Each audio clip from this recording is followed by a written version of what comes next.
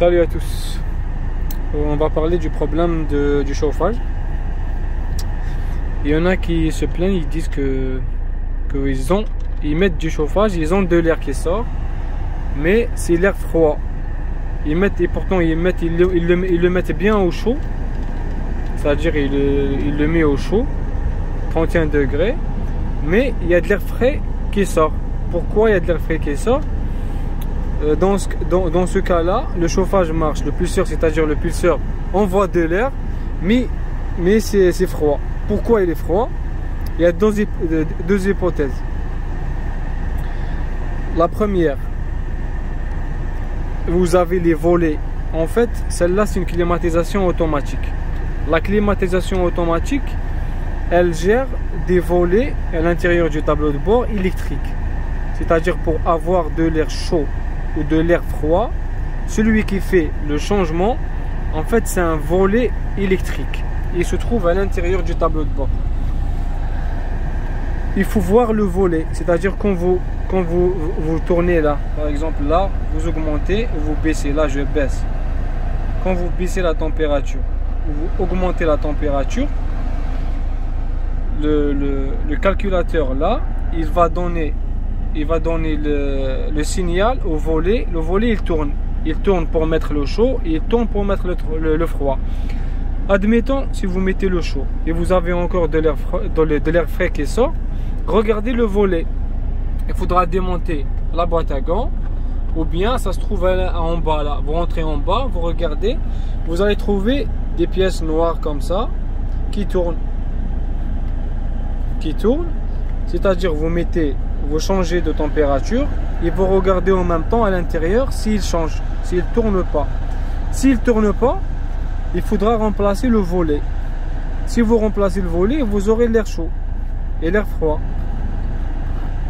Admettons, si vous le voyez, il tourne à l'intérieur.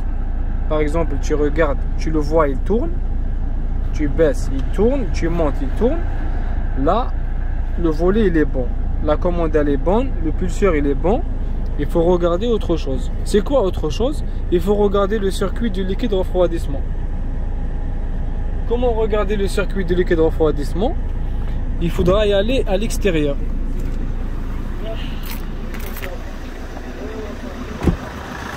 Ici, au niveau du moteur. Là, on a les durites du refroidissement. Il faut toucher le durite.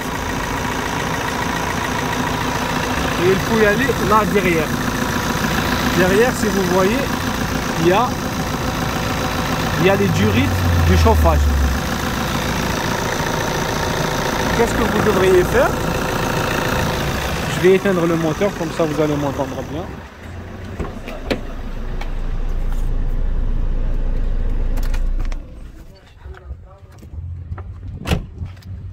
Donc qu'est-ce que tu fais ici? Tu regardes, voilà, tu rentres ta main là, je vais passer ma main de l'autre côté. Tu rentres ta main ici et tu touches la première. Il faudra qu'elle soit chaude. Après tu touches la deuxième. Il faudrait qu'elle ait la même température dans les deux durites, c'est-à-dire chaude. Si tu trouves une durite chaude, une durite froide, ça veut dire que ton radiateur à l'intérieur il est bouché. Il faudra remplacer le radiateur du chauffage pour avoir du chauffage à la fin. Après, si tu le trouves une froide, peut-être il faudrait vérifier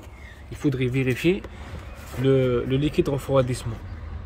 Ou bien il faudra faire une purge du liquide refroidissement. La purge, ça se fait comme ça. Vous ouvrez le bouchon, tu ouvres le bouchon et tu ouvres le bouchon ici et tu mets du liquide et tu attends le bouchon là, ça va sortir de liquide refroidissement seul, pas de bulle, pas de rien. Tu le fermes, c'est bon, ton circuit là est purgé. Je reviens ici, donc je répète, il faudrait les durites, il faut laisser d'abord le moteur tourner jusqu'à 90 degrés. Parce que si tu viens de démarrer le moteur et tu n'as pas de chauffage, c'est normal parce que la voiture elle est encore froide. Laisse la voiture chauffer, l'aiguille de température il monte à 90. Dans ce cas-là, tu viens, tu touches celle-là chaude, Ça c'est bon, le circuit il est bon. Si tu trouves une chaude et l'autre est froide, ça veut dire regarde ton radiateur, il faudra le remplacer, il est bouché à l'intérieur. Donc le liquide ne tourne pas, tu n'auras pas de chauffage. Donc voilà, je m'arrête ici. Bah, je vous dis merci à tous, à bientôt.